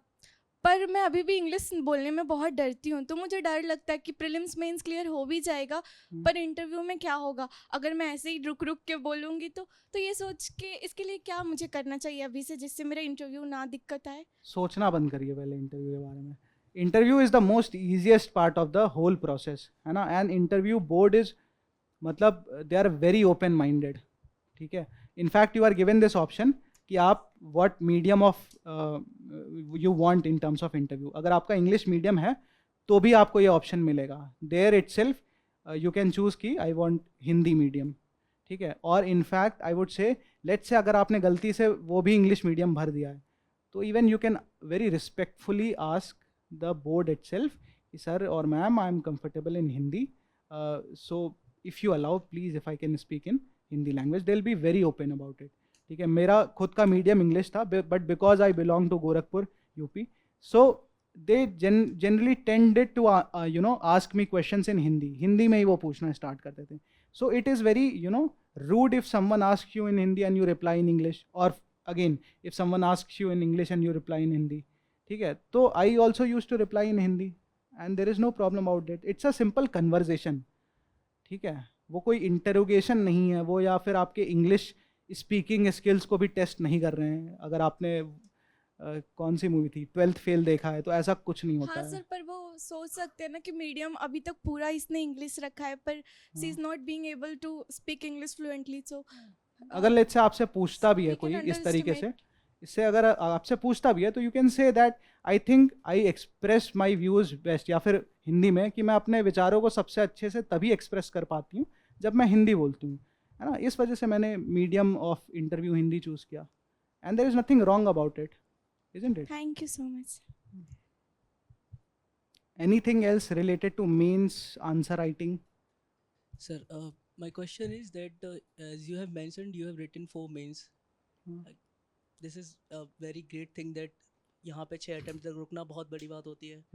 Sir, what stopped you from those attempts 1, 2, 3 और जो पहले के attempts है उनमें से उनमें आपने क्या दिक्कत उन attempts में आपने ऐसी क्या गलती कर दी थी कि आपका उनमें mains clear नहीं हो पाया? And Yes. what did change in your So last the one? first mistake I'll say, starting with, जब मैंने स्टार्ट किया था प्रिपरेशन, तो आई वुड से आई don't know why, but I was preparing for prelims and prelims only. कि ये कितना fear एक हो जाता है ना, फियर मॉन्जरिंग, प्रिलिम्स नहीं हुआ तो क्या होगा क्या होगा. तो पूरे साल भर प्रिलिम्स की ही प्रिपरेशन हो रही है, और जिस तरीके से क्लासेस कर रहे थे, या जो लोग भी गाइड वाइड भी कर रहे थे, they were also restricted only to prelims. ठीक है. तो when, and again first attempt में प्रीलिम्स क्लियर नहीं हुआ, है ना, and by a very small margin clear नहीं हुआ था. तो फिर दूसरे अटेम्प्ट में और लगा कि नहीं, और थोड़ा मेहनत करना होगा प्रीलिम्स में. जब दूसरे अटेम्प्ट में प्रीलिम्स क्लियर हुआ, तो फिर मेंस आ गया, और फिर मेंस में वो रियलिटी चेक मिला. ठीक है. Because if you are not thorough with your mains, in 3 months nothing will happen. कोई जादू नहीं होने वाला है. ठीक है. तो the approach itself was very wrong for me in the starting. ठीक है. The approach should be that this exam is a very integrated one. और आपको बेसिक, वही जो मैंने कहा ना, कंटेंट कवर जब हो जाता है, एक बेसिक कवरेज होता है, आइडिया होता है, नॉलेज होता है, उसके बाद आपको मेंस की आंसर राइटिंग पे आना ही होगा, because that is ultimately going to decide what kind of merit you will get, है ना. That is going to be counted in your merit. तो वो मेंस की आंसर राइटिंग प्रैक्टिस बहुत ज़रूरी है. वो मिसिंग थी मेरे प्रिपरेशन से, और फाइनली जब मेंस आया तो वो रियलिटी चेक मिला. तो मेंस आंसर राइटिंग प्रैक्टिस करना चाहिए, ये एक सीख मिली. और दूसरा, जब प्रीलिम्स अप्रोच होने लगे, तब उसके 2-4 महीने से थोड़ा और इंटेंसली हम प्रीलिम्स फोकस तैयारी कर सकते हैं. That was one mistake. Second mistake was also with respect to my optional. ठीक है. ऑप्शनल में मेरा मिस्टेक ये था कि आई डोंट थिंक कि मैंने ये मिस्टेक किया कि मैंने गलत ऑप्शनल चूज़ किया. I don't think geography is a wrong bad optional या मार्क्स नहीं मिलते हैं, but my foundations were somewhere weak in case of geography. ठीक है. देर इट इज़ सेड कि जितना स्ट्रॉन्ग आपका फाउंडेशन होगा, उतनी स्ट्रॉन्ग या उतनी अच्छी इमारत बनेगी. ठीक है. अगर आपके फाउंडेशंस वीक हैं और आप फिर वैल्यू एडिशन स्टिल कर रहे हो, तो उसका कोई पॉइंट नहीं है. ठीक है. तो I think my foundations were weak, and that had costed me a lot even after जब मैंने जीएस वाले एस्पेक्ट को, आंसर राइटिंग एस्पेक्ट को क्लियर कर लिया, still I was not able to clear after 4th attempt ना, because my optionals में मेरे उतने मार्क्स नहीं आ रहे थे ठीक. Last time I gave exam my optional marks were 237, ठीक है, और मैंने बहुत मेहनत किया था स्टिल.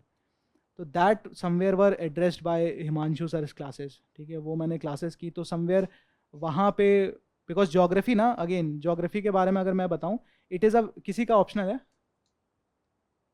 बस एक ही आदमी का ज्योग्राफी ऑप्शनल है, ठीक है. It's a very diverse optional, है ना, and for someone to encapsulate that diversity it's very difficult. तो उन क्लासेस ने मुझे बेनिफिट किया, है ना, and that's the reason I was able to score well this time. Sir mains के आंसर का बेसिक स्ट्रक्चर 10 मार्क्स और 15 मार्क्स के लिए overall structure. Structure will depend upon question, isn't it. तो ऐसा मतलब ऐसा कुछ फिक्स्ड फॉर्मूला नहीं है कि ये स्ट्रक्चर है उसमें आप फिट कर सकते हो, ऐसा बिल्कुल नहीं है, ठीक है. बट ब्रॉडली आई वुड से, फॉर एग्जांपल मैं एक और गलती बता देता हूँ इसी के साथ साथ. Whenever I use to write answer ना, initially I use to use a lot of paragraphs, ठीक है. क्वेश्चन पूछा और मैं पैराग्राफ लिखे जा रहा हूँ, एक पैरा, दूसरा पैरा, तीसरा पैरा, ऐसे ही सारे क्वेश्चंस में, ठीक है. So now in such answers जब मैंने इवैल्यूएट करना शुरू किया, तब मैंने ये ऑब्जर्व किया कि ये आंसर्स भले ही आप रेलेवेंट चीज़ें लिख रहे हो, लेकिन एग्जामिनर के लिए ना ये अपीलिंग नहीं होता है बहुत, ठीक है. So what I then realised was using sub headings in your answers, ठीक है, इनबॉक्सिंग दो sub heads. These are small things but very important. Using point format, है ना, नंबर करो उन पॉइंट्स को. As much as you can use relevant diagrams, maps, flow charts, ठीक है. ये आपके आंसर को और भी ज़्यादा अब ये भी रेलेवेंट होने चाहिए. अब मैंने बोल दिया तो ऐसा नहीं है कि ज़बरदस्ती आप मैप घुसा रहे हो, still it is not relevant, है ना.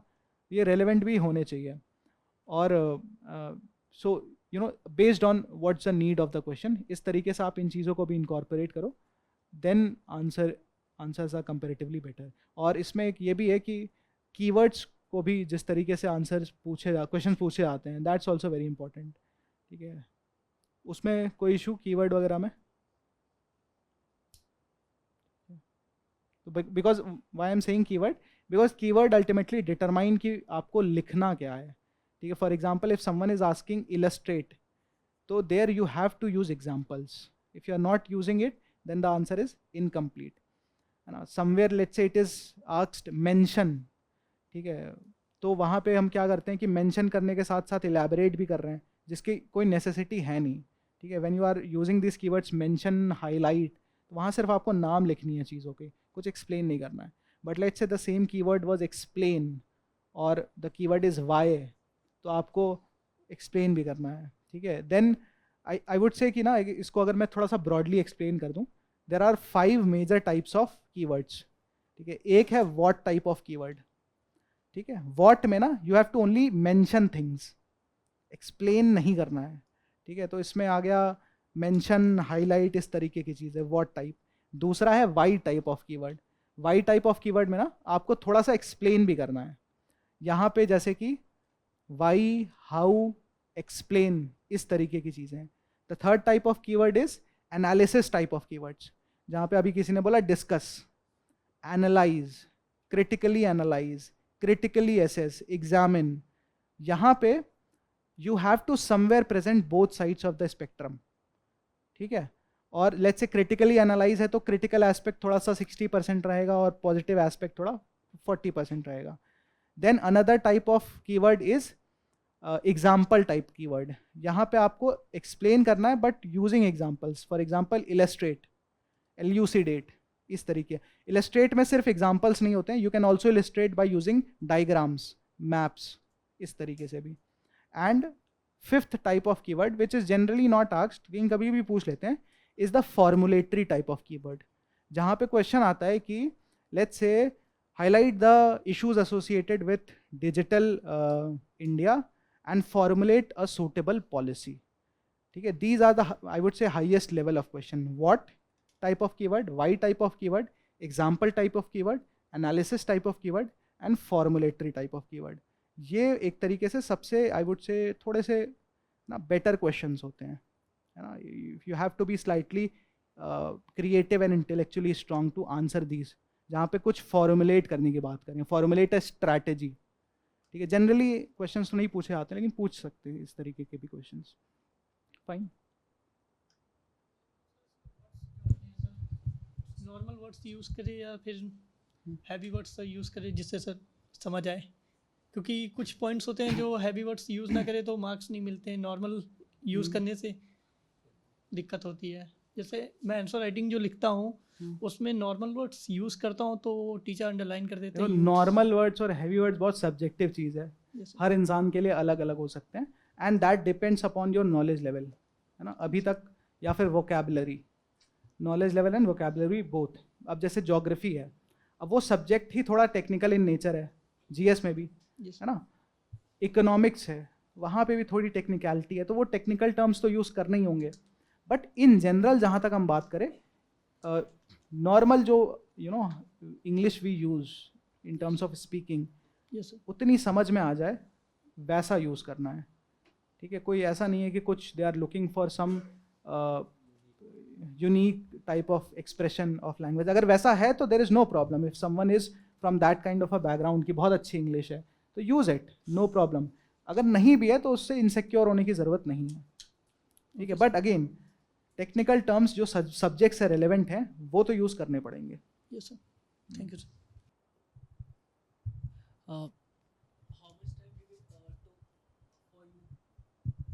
How much time did it took for you to decide your optional? Like for me, why I'm asking this question is my optional, there is one a part for that I'm not interested in. So how did you decide?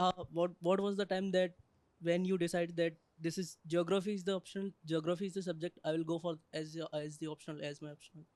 So my decision was based on the fact कि पहले तो मेरा chemical engineering है, तो that is something which is not available in terms of optionals, और अगर available होता भी तो भी शायद नहीं लेते. ठीक है, because we all know how we have done engineering. ठीक है, तो वो ऑप्शन नहीं था. दूसरा, again since it was not my background, I had to come again to some of the general options which are available, like sociology, public administration उस समय बहुत लोग लेते थे, geography हो गया. ठीक है, so in all these optionals I did some basic research and I felt कि geography में मेरा थोड़ा interest था, because I have read geography in a school and I was interested in geography. My school teachers of geography were also very good. तो एक वो basis था interest. दूसरा एक बेसिस था कि ऑप्शनल से कितना ओवरलैप, सॉरी जीएस से कितना ओवरलैप होता है ऑप्शनल्स का. तो ज्योग्राफी में अच्छा खासा ओवरलैप था. तो that was the second basis of choosing geography as an optional. And again the third would be other parameters which you can refer to. ठीक है, एक तो हो गया इंटरेस्ट, एक और है एप्टीट्यूड. ठीक है, मतलब एक होता ना कि philosophy, let's say everyone does not really have the aptitude for philosophy, है ना. some लोग, कुछ लोग ना मतलब चूज कर लेते हैं because its syllabus is comparatively smaller, but if you don't have that kind of aptitude for intangible things, intangible thoughts, thinkers, so then it's very difficult to get good marks in such optionals. So interest, aptitude and scoreability is also one of the factors, but again scoreability should not be the primary factor. ठीक है, primary factor should be interest and aptitude. और overlap कितना हो रहा है GS से. ठीक है, और इसके अलावा प्रीवियस ईयर क्वेश्चंस देखना बहुत ज़रूरी है. ठीक है, कि how much it is making sense to you so that you can choose it और नॉट. और finally what kind of guidance is available in the market, ये भी एक फैक्टर है. ठीक है sir, how did you approach the answer writing for your optional?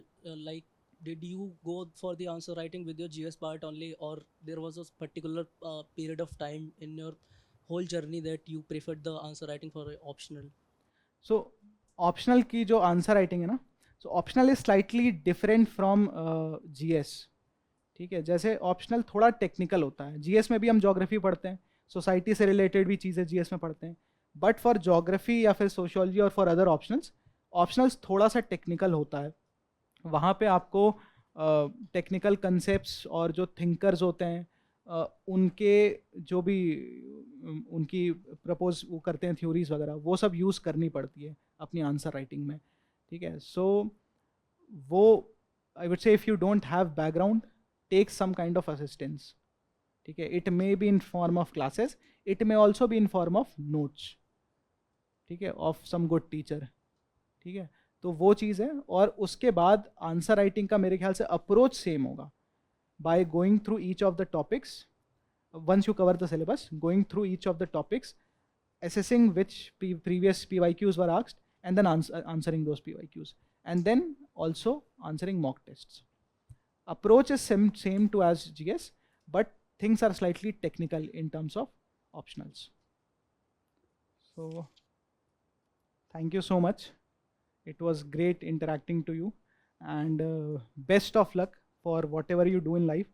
And I would say ना कि देखो, it is your first attempt, बहुत एनर्जी होती है. इस एनर्जी के साथ थोड़ी सी अगर maturity, as sir was saying initially itself, थोड़ी सी maturity in terms of discipline, consistency, regularity आ जाए, then it is a very dangerous combination. Most of the toppers if you see, generally they are first attempters, ठीक है. So with that kind of confidence go in the exam, B relaxed, ठीक है. when you will be relaxed, you will perform the best. And again, ये थोड़ा सा एक मेरे journey में ना, I would share this, ये एक बड़ी अजीब सी बात है कि though this was my last attempt, but I was most relaxed in this attempt, ठीक है. And the reason for it is कि after 5th attempt I was slightly shocked कि यार ये क्या हो गया जब मेंस क्लियर नहीं हुआ है, because in 4th attempt I gave interview and I was very confident कि मेंस क्लियर तो हो ही जाएगा. But it was slightly shocking for me जब मेंस नहीं हुआ. तो उसके बाद ना अगेन स्ट्रेस, जैसा सर बता रहे थे इनिशियली, 2 तरीके के होते हैं. एक तो डेली लाइफ वाला स्ट्रेस होता है, उसके लिए तो यही योगा वोगा कर लो, है ना, ये सारी चीज़ों से हो जाता है वो एड्रेस. अपने एक सर्कल हो दोस्तों का, उसमें बातें होती रहें, पेरेंट्स से बात हो, उससे वो डेली लाइफ वाला स्ट्रेस एड्रेस होता है. आई थिंक अगर आप लोग किसी स्ट्रेस से डील कर रहे हो, वो डेली लाइफ वाला ही है और कोई स्ट्रेस अभी नहीं है. एक और टाइप का स्ट्रेस होता है जो मल्टीपल फेलियर्स के साथ आता है, ठीक है. और वो थोड़ा सा एग्जिस्टेंशियल होता है, बिकॉज वो बहुत इनसिक्योरिटीज़ जनरेट करता है कि आगे फ्यूचर क्या होगा अगर एग्ज़ाम नहीं क्लियर हुआ. बहुत लोगों के साथ होता है. तो देयर आई थिंक एक फिलोसॉफिकल लेवल पे ना चीज़ों को एड्रेस करना पड़ता है कि again this exam is not everything in life, ठीक है. तो मेरे साथ वो 5th अटेम्प्ट के बाद हुआ कि आई फेल्ट कि जितना कुछ बुरा होना था ऑलरेडी हो चुका था, ठीक है. अगर मैं 6ठा अटेम्प्ट दूँ, जैसे फॉर एग्जांपल जब मेंस का रिजल्ट आया तो मेरे अंदर आने लगा कि यार छोड़ देते हैं यार प्रिपरेशन, अब जब इतने मेहनत पे भी नहीं हो रहा है तो 6ठे अटेम्प्ट में क्या ही हो जाएगा. But I had to control that emotion during that time. Exam के बाद, फेलियर के बाद ना एक बहुत इंटरनल इम्पल्स होता है, उसको कंट्रोल करना पड़ता है. देन अगेन आई फेल्ट कि यार अब जितना बुरा होना था ऑलरेडी हो चुका है, इससे बुरा क्या ही हो सकता है ना. 6ठे अटेम्प्ट में यही हो सकता है कि एक बार और सिलेक्शन नहीं होगा, अब तक कौन सा हो जा रहा था, ठीक है. तो ऑलरेडी जो लाइफ में कर रहे हैं वही करेंगे, ठीक है. तो with that kind of approach I went into the exam and then things simplified for me, ठीक है. देन ऐसा होने लगा था कि जब मैंने ये वाला प्रीलिम्स दिया, before giving prelims in my mind I was very happy कि this is my last prelims, इसके बाद प्रीलिम्स नहीं देना है, ठीक है. अगेन जब पहला पेपर दे के सारे निकल रहे थे तो पीपल वर डिस्कसिंग कि यार ये कैसा paper, and I was happy कि ये मेरा लास्ट प्रीलिम्स था. इससे ज़्यादा भी चीज़ें अनकन्वेंशनल होंगी आगे वाले प्रीलिम्स में, मुझे पता है, लेकिन मुझे अब नहीं देना है, ठीक है. Same happened with mains as well. I was very happy जब आखिरी मेंस पेपर हुआ, आई वाज मैं वो सेंटर को देख रहा था कि ये आखिरी मेंस है, ठीक है. तो ऐसे ही हंसते खेलते आखिरी वाला अटेम्प्ट हो गया. And it was very, again before results also I was telling to my family members कि ये मेरा सबसे रिलैक्स्ड अटेम्प्ट था, आई डोंट नो व्हाई, ठीक है. तो वही है, कुछ चीज़ें ना, it again 2 things you require for success. One is your own hard work and second is God's grace. So I feel God's grace was this time with me, है ना. So be free in that sense, ठीक है. आप अपना best कर सकते हो. You are entitled only to the performance of your action and not to the fruits of it. Fruits में हमारा entitlement ही नहीं है, ठीक है. तो बहुत ज़्यादा रिजल्ट के बारे में सोच के टेंशन नहीं लेना है. डू योर ड्यूटी, ठीक है, वो उस पर कॉम्प्रोमाइज़ नहीं करना है, प्रोसेस पे कॉम्प्रोमाइज़ नहीं करना है. And if you are not compromising on that, results will be by product of the process. और फिर जो भी हो रिजल्ट्स, अच्छा मतलब आपके फेवर में हो ना फेवर में हो, you should be satisfied in the fact that you gave your best, and that's what matters, nothing else. Time management पे चलो एक और बता देते हैं. टाइम मैनेजमेंट ना बहुत एक सिंपल स्ट्रैटेजी मैं यूज़ करता था, ठीक है. अगर आपको 9 घंटे की पढ़ाई करनी है, ठीक है, तो मैं 3-3 घंटे के टाइमर्स लगाता था, ठीक है. सो 3-3 घंटे के टाइमर्स के बीच में एक गैप होता था 1 या 1.5 घंटे का, ठीक है.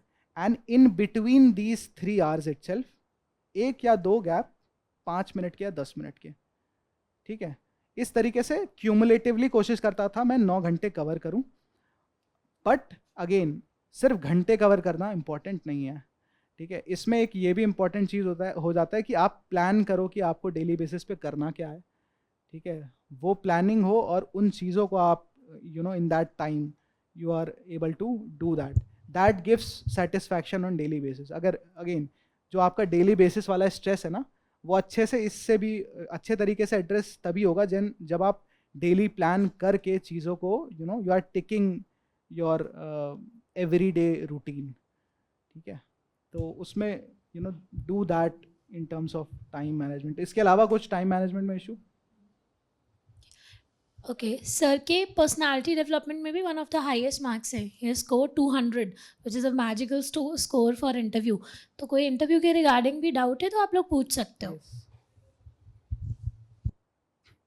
इंटरव्यू के रिगार्डिंग एक बार मैं अपना भी ब्रीफ दे देता हूँ. I think I miss that, isn't it? तो इंटरव्यू में ना सबसे पहले तो ये कि your personality is something which is not cannot be shaped in a matter of a day or for that matter even months. वो life long shape होती है. Even I would say the failures itself shape your personality, ठीक है. One review which I often used to get from lot of mocks and mentors is that शायद मेरे बोलने में बात करने के तरीके में थोड़ा सा ठहराव है, ठीक है. And I used to think कि ऐसा है क्यों, ठीक है. Because I feel failures bring about that ठहराव, ठीक है. क्योंकि आपके लाइफ में ना जब भी कभी फेलियर आता है तो it brings a sense of pause, कि pause and assess what you are doing, ठीक है. तो वो पर्सनालिटी में एक इंटीग्रेट अपने आप हो जाता है, वो आपको करना नहीं होता है. तो again what I am trying to say is हर चीज़ आपके लाइफ में जो हो रही है, सक्सेस फेलियर, वो सब आपकी पर्सनैलिटी को शेप कर रहा है, ठीक है. तो it's a very broad spectrum. वो ऐसा नहीं कि एक महीने में कुछ हो जाता है जादू जिसकी वजह से पर्सनैलिटी शेप होती है. सेकेंड इज़ कि आप DAF भरते हो, detailed application forms, before your interview. तो उसमें बहुत सारी डिटेल्स होती हैं. I don't know whether you have all have seen it और not. Details related to your name, your background, where you belong to, your family members, details regarding your achievement, hobbies, ठीक है, आपके जो भी schools वगैरह आपने attend किए हैं, एवरी काइंड ऑफ डिटेल उसमें होते हैं.